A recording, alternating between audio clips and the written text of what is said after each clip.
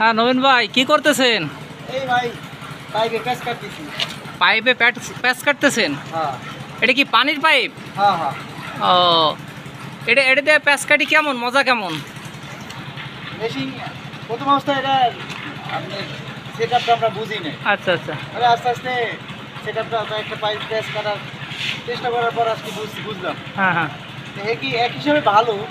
আর আমরা যে চায়না গুটি দিয়ে যে কাজ করি, জি জি। গুটি বলতে কোনটা? হ্যাঁ গুটি বলতে এই যে এইগুলা, ও আচ্ছা আচ্ছা। এগুলাতে একা কাজ করা যায়। জি জি। পরে এটা দিয়ে আপনার একজন লোক ধরা লাগে। ও বুঝতে এই আর পারছি। কি। আর মূলত হচ্ছে এটা হচ্ছে হাফ থেকে 2 ইঞ্চি পর্যন্ত পাইপ কাটা যায়। 2 ইঞ্চি পাইপ। হ্যাঁ আচ্ছা 2 ইঞ্চির পরে কি আর মোটা পাইপ হয় পানির লাইনে? না হয় না। আছে আছে। তো সেগুলো কাটার ক্ষেত্রে কি করবেন? সেগুলো কিন্তু আবার বড়টাই কিনা লাগবে এরকম। বড়টাই। আপনারা সাধারণত 2 এর ভিতরেই থাকেন। এর ভিতরে দিকে আমরা তো মেইন সিটিতে না, ঢাকার একটু আউটসাইডে তো। আচ্ছা, আচ্ছা। এইদিকে 10-12 তলার বেশি বিল্ডিং হয় না। আচ্ছা। সেক্ষেত্রে 2 এর বেশি দরকার হয় না। দরকার হয় না না? ও আর এটার প্যাচ সুন্দর কাটে, একুরেট।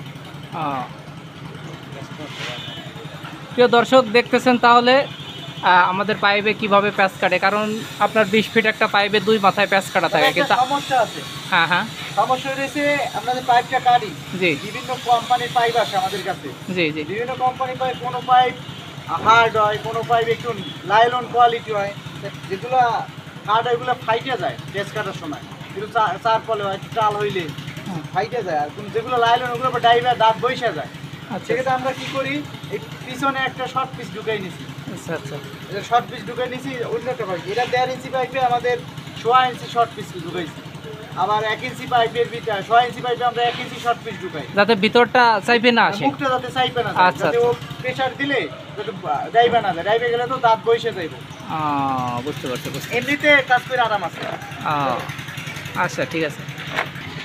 প্রিয় দর্শক দেখতেছেন এইভাবে কাটার পরে যেখানে আলাম পাইপ খাই, যেমন এই জায়গায় শর্ট পিস লাগছে, তো এইভাবে কাটে কেটে এগুলোরে আপনার মিলানো হয়। তো যাই হোক, আজ ভিডিও এই পর্যন্ত বড় করব না। তারপরে যদি আপনাদের কোনো জানার কিছু থাকে বা কোনো প্রশ্ন থাকে, তাহলে আপনারা চেষ্টা করবেন কমেন্ট করার জন্য। ইনশাল্লাহ আমরা চেষ্টা করব উত্তর দেওয়ার জন্য। সবাই ভালো থাকবেন, সুস্থ থাকবেন। আল্লাহ হাফেজ।